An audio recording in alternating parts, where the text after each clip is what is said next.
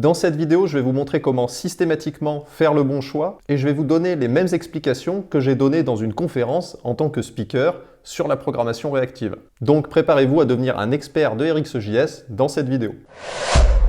En novembre 2022, je me préparais à faire ma première conférence qui avait lieu en janvier 2023. Et la conférence s'intitulait « Développeur Angular, la dernière conférence RxJS dont vous aurez besoin ». Donc mon objectif dans cette conférence, c'était d'apporter le plus de valeur possible à des ingénieurs professionnels qui potentiellement avaient beaucoup plus d'expérience que moi. C'était un exercice difficile puisque le format de la conférence, c'était 45 minutes de talk, devant plus de 80 personnes. Le talk de 45 minutes, c'est un format que je ne maîtrise pas. Ce que je sais faire, c'est uniquement des workshops en petits groupes avec une demi-douzaine de développeurs en présentiel. Or ici, il y aurait plus de 80 ingénieurs. Et l'autre chose que je sais faire, c'est le format online, comme vous êtes en train de regarder, c'est-à-dire un format vidéo qui n'est pas en présentiel et qui dure un peu moins de 20 minutes. Donc on est loin des 45 minutes nécessaires pour la conférence. Et puis non seulement je maîtrisais pas le format, mais j'étais pas non plus un as du sujet sur RxJS. Même si j'avais bien compris la notion d'observable, d'observer et de subscription, ces opérateurs de mapping, switch map, exhaust map, etc.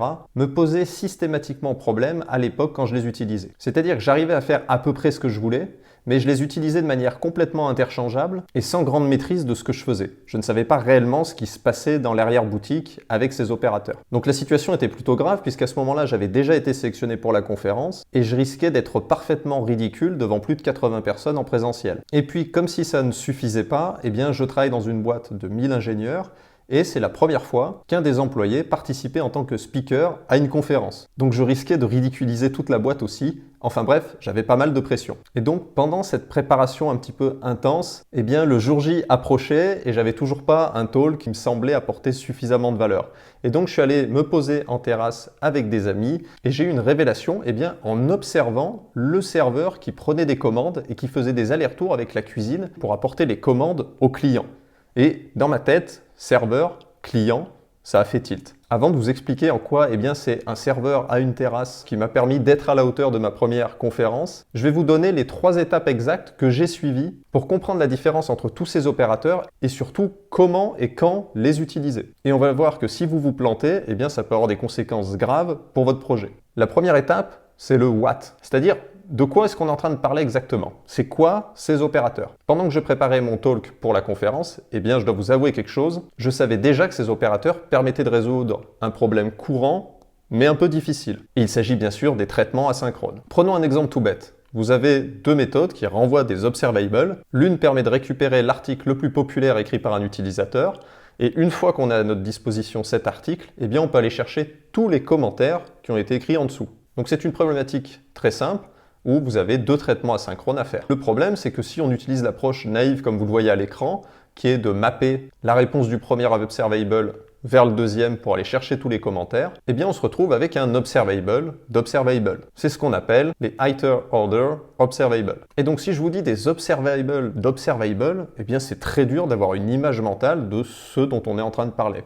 Exactement comme si on avait une promesse de promesse dans des appels asynchrones plus classiques en JavaScript. Donc c'est tout de suite un peu indigeste et puis surtout le code est faux. C'est-à-dire que ce qu'on veut en sortie de l'appel qu'on est en train d'écrire, c'est la liste de tous les commentaires de l'article le plus populaire de l'utilisateur. Pour l'instant, si vous mettez ça dans votre code, ça ne va pas marcher et vous ne pourrez pas afficher les commentaires que vous souhaitez dans votre template. Et donc la solution à ce problème plutôt classique, c'est d'aller récupérer la valeur dans l'observable plutôt que l'observable directement. Et pour faire ça, on utilise un des 4 opérateurs, merge map, concat map, switch map ou exhaust map. Et donc quand on fait ça, généralement ça marche, mais on ne sait pas pourquoi. Est-ce que vous êtes capable de justifier pourquoi vous avez utilisé l'un de ces opérateurs plutôt qu'un autre? C'est une question importante parce que si on vous pose la question et que vous dites « je ne sais pas », ce n'est pas une approche de développeur senior. Vous ne pouvez pas avoir comme seule réponse « ça marche », mais on ne sait pas pourquoi. Ce qui m'a beaucoup aidé, c'est déjà de comprendre que chacun de ces opérateurs est composé en réalité de 2 autres opérateurs. Ça peut paraître tout bête, mais si je réécris exactement le même code en découpant en 2, j'ai déjà compris 50% de ces opérateurs. Tous ces opérateurs effectuent une opération de mapping, comme vous pouvez le voir dans le code qui est à l'écran. Et ensuite, tous ces nouveaux opérateurs qui finissent par all, vont simplement permettre de déterminer la stratégie asynchrone que vous voulez. Et c'est cette stratégie asynchrone qui va vous permettre de répondre définitivement à la question Pourquoi vous en avez choisi un des 4? Alors bien sûr, à ce moment-là, j'avais pas encore la réponse définitive, je me sentais pas prêt pour ma conférence, mais j'avais déjà 50% de la réponse entre guillemets, puisque l'opérateur map, il est facile à comprendre. C'est simplement une opération de transformation. Donc maintenant, ce qu'il me reste à faire, c'est de justifier quelle stratégie de mapping asynchrone je veux utiliser. Et c'est ce que j'appelle l'étape 2, le why. C'est-à-dire, on ne va pas se contenter d'avoir une solution qui marche, on va avoir une solution qui est la meilleure selon nous et qu'on est capable de justifier. Donc comme je vous le disais précédemment, j'étais bloqué sur cette histoire d'observable. C'est quoi la stratégie asynchrone à choisir? Et j'avais beau lire toutes les documentations possibles, me balader de forum en forum, demander de l'aide de ChatGPT, je ne trouvais absolument rien de satisfaisant. Je me rappelle des schémas que je regardais à l'époque pour comprendre les High Order Observable. Ce schéma est absolument incompréhensible pour moi. J'avais beau les regarder, essayer de prendre des notes sur papier pour voir qu'est-ce que c'était censé signifier, je ne comprenais pas. Et c'est là où on revient à notre histoire du mapping asynchrone en terrasse pendant que je buvais un verre. En fait, sur cette terrasse, il s'est passé 2 choses intéressantes. La première chose, c'est une histoire très simple. On était en terrasse et il y a un mec qui arrive et qui commande un homard. C'était pas vraiment un homard, mais c'est pour l'image. C'est-à-dire que c'est une commande qui est très longue à préparer. Disons 30 minutes. Et donc ce mec arrive et commande un homard. Et ensuite, une deuxième personne arrive et commande, elle, une bière. Ce qui est beaucoup plus rapide, puisqu'en moins de 5 minutes, le serveur peut revenir avec une bière. Le temps de préparation est moins long. Et donc ce qui s'est passé, c'est que le mec numéro 2 a été servi avant celui qui a commandé un homard, alors qu'il est arrivé après. Et donc, qu'est-ce qui se passe quand vous servez les gens pas dans le même ordre dans lequel ils sont arrivés? Eh bien, ils commencent à râler. C'est-à-dire que celui qui est arrivé en premier, qui a commandé un homard, s'est dit comment ça se fait que mon homard soit toujours pas arrivé, alors que celui qui est arrivé après est déjà en train de boire sa bière. Et c'est là où j'ai commencé à faire un parallèle en informatique, puisque j'avais des bugs qui étaient liés à mon utilisation des opérateurs de mapping asynchrone, où l'utilisateur cliquait sur des boutons pour déclencher des traitements asynchrones, et je recevais des retours pas dans le même ordre que ce qu'avait demandé l'utilisateur sur mon interface. Et en faisant le parallèle avec cette histoire de terrasse, eh bien je me suis rendu compte que j'avais fait une erreur de raisonnement. La question, c'est pas quelle est la meilleure stratégie asynchrone qu'on veut. La question, c'est quelle stratégie asynchrone on veut mettre en place. Par rapport à notre histoire de bière et de homard, il n'y a pas de bonne réponse. Est-ce que vous voulez servir les clients dans l'ordre dans lequel ils sont arrivés ou est-ce que vous voulez les servir au plus vite? Il n'y a pas forcément de bonne réponse. Si vous servez les gens dès que vous avez la commande en cuisine, eh bien les gens ne vont pas être servis dans leur ordre d'arrivée et donc ils vont râler.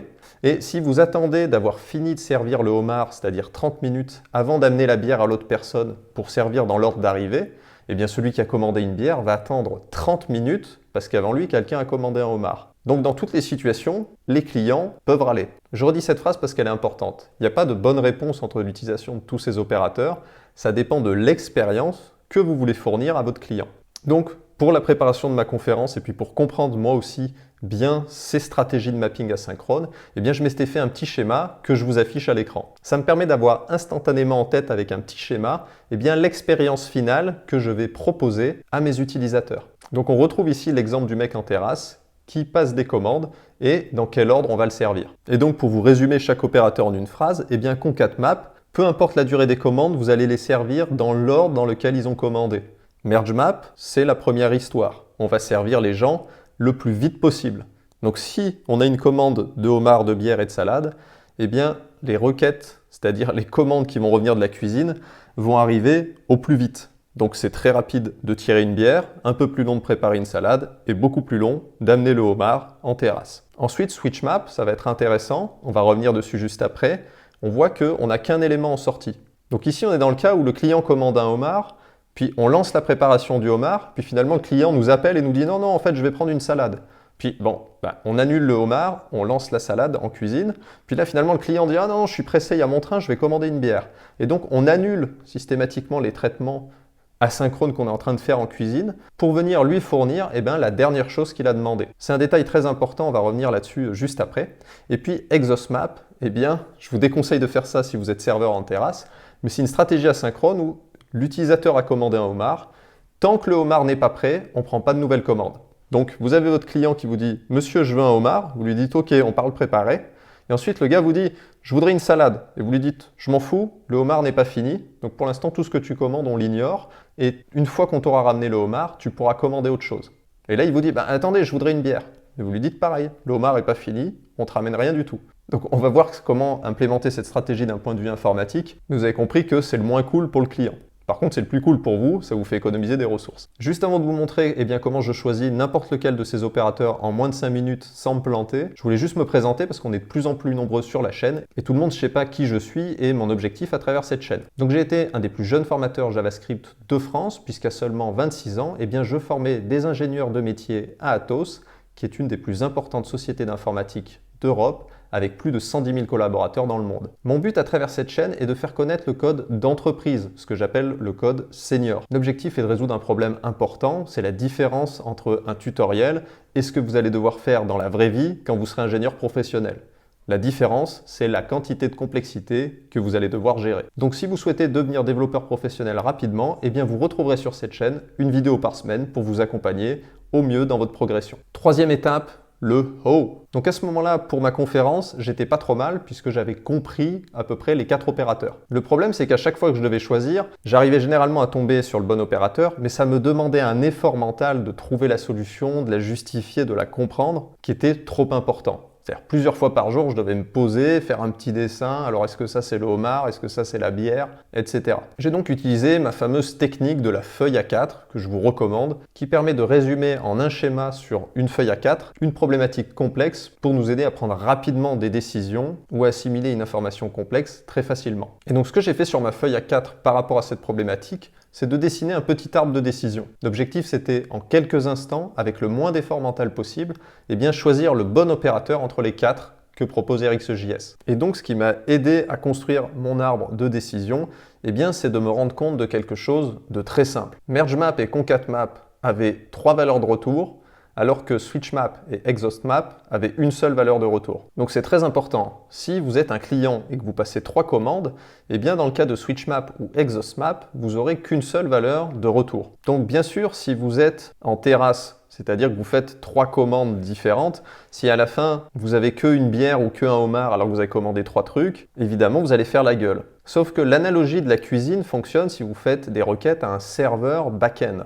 Mais si vous êtes dans la couche de vue, c'est-à-dire dans un template, et que vous avez par exemple un formulaire d'autocomplétion, et vous tapez A, AB, ABC pour faire une recherche.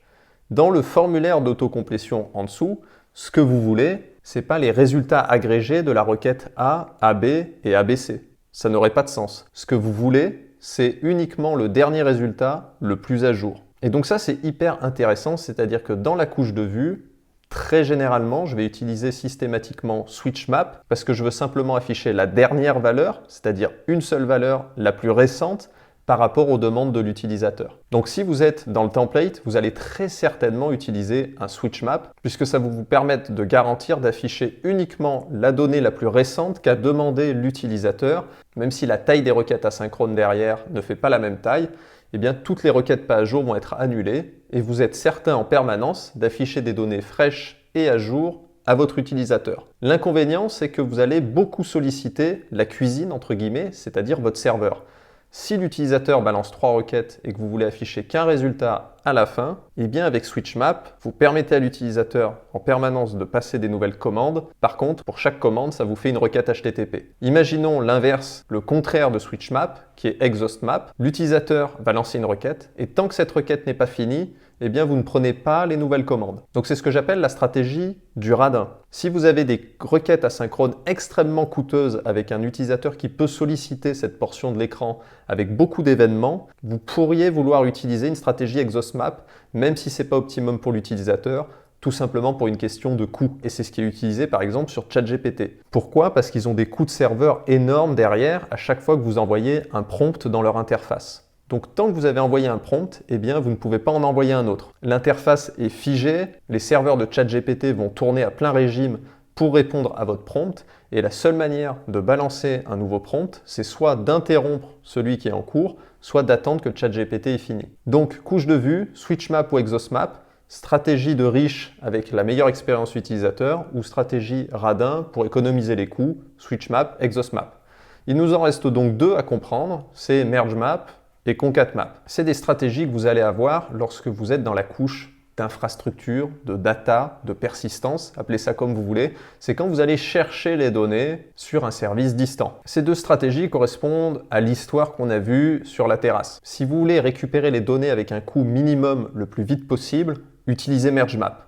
Ce que ça va faire, c'est qu'à chaque fois que vous balancez une requête, eh bien, dès que vous avez la réponse, elle vous est retournée, peu importe l'ordre dans lequel vous l'avez envoyée. Donc si vous demandez des requêtes de 3 articles et d'avoir les commentaires associés, eh bien vous allez recevoir les commentaires de ces articles, mais pas forcément dans le même ordre. Donc vous avez article 1, 2, 3, et vous allez recevoir les commentaires des articles 2, 3, 1. Si vous n'avez pas besoin de garantir l'ordre, c'est pas un problème. Par exemple, si vous affichez simplement un tableau avec toutes les données brutes et que vous avez besoin d'une requête par ligne, eh bien dans ce cas, utilisez MergeMap. Ce sera beaucoup plus rapide, toutes les requêtes vont partir en même temps, et dès qu'il y en a une qui a répondu, eh bien elle est de manière un peu bulk, comme ça, balancée en réponse. Et ConcatMap, c'est le plus simple à comprendre, c'est la stratégie grand seigneur, qui est un peu l'équivalent de promise.zen, c'est-à-dire que vous allez servir les gens dans l'ordre dans lequel ils sont arrivés. Donc si on vous a demandé les commentaires des articles 1, 2, 3, eh bien vous allez attendre d'avoir la réponse 1, puis la réponse 2, puis la réponse 3. Donc si la réponse 1 est très lente, eh bien vous bloquez tout le monde, mais c'est pas grave, vous garantissez l'ordre. Et donc simplement en posant 2 questions, eh bien j'arrive en quelques instants à choisir le meilleur opérateur pour la stratégie asynchrone que je veux mettre en place. Donc ça va vous permettre d'améliorer la qualité de votre code, puisque vous allez être plus précis dans l'ordre des traitements asynchrones que vous effectuez. Vous allez avoir un meilleur contrôle sur l'expérience utilisateur finale que vous voulez fournir. Et puis ça va vous permettre d'améliorer vos compétences, d'être capable de justifier ce genre de stratégie asynchrone. En tout cas, c'est vraiment le schéma que j'ai présenté dans ma conférence. Et donc je suis très content parce que c'était une première conférence. J'y allais entre guillemets pour me faire jeter des tomates. Mais ça s'est plutôt bien passé. J'ai eu que des notes positives par rapport à cette conférence. Et j'ai plusieurs personnes qui m'ont redemandé ensuite en off et bien de leur envoyer des slides et notamment ce schéma. Voilà, merci d'avoir pris le temps de m'écouter. Et si vous avez trouvé que cette vidéo vous a apporté de la valeur et que vous cherchez à devenir développeur web professionnel en ce moment, eh bien voici 3 manières dont je peux vous aider gratuitement. Premièrement, vous pouvez passer de temps en temps sur la chaîne, pas besoin de vous abonner. Vous retrouverez une vidéo sur un concept de code pour continuer à progresser en code en regardant une vidéo. Deuxièmement, vous pouvez interagir avec la chaîne en laissant un commentaire ou un pouce bleu. Ça va nous aider à nous faire connaître et montrer qu'il y a une communauté francophone qui s'intéresse à la production de code professionnel. Ça va nous permettre de nous donner du poids et demain d'interviewer des pointures dans notre industrie, pourquoi pas un tech lead chez Google ou un architecte chez Netflix, et on pourra mettre cette interview sous la forme d'une vidéo sur YouTube pour que tout le monde puisse en bénéficier. Et enfin, troisièmement, vous trouverez un lien sous la vidéo où je vous envoie avant et après la vidéo, eh bien, ce que je ne peux pas mettre sur YouTube. Donc, les extraits de code à copier-coller, les petits schémas au format PDF, les checklists, etc. Je vous envoie tout ça par mail chaque semaine au fur et à mesure que les vidéos sortent. Si ça vous intéresse, vous trouverez le lien juste en dessous. En tout cas, je vous dis à bientôt pour une prochaine vidéo. Bon code senior d'ici là. Ciao!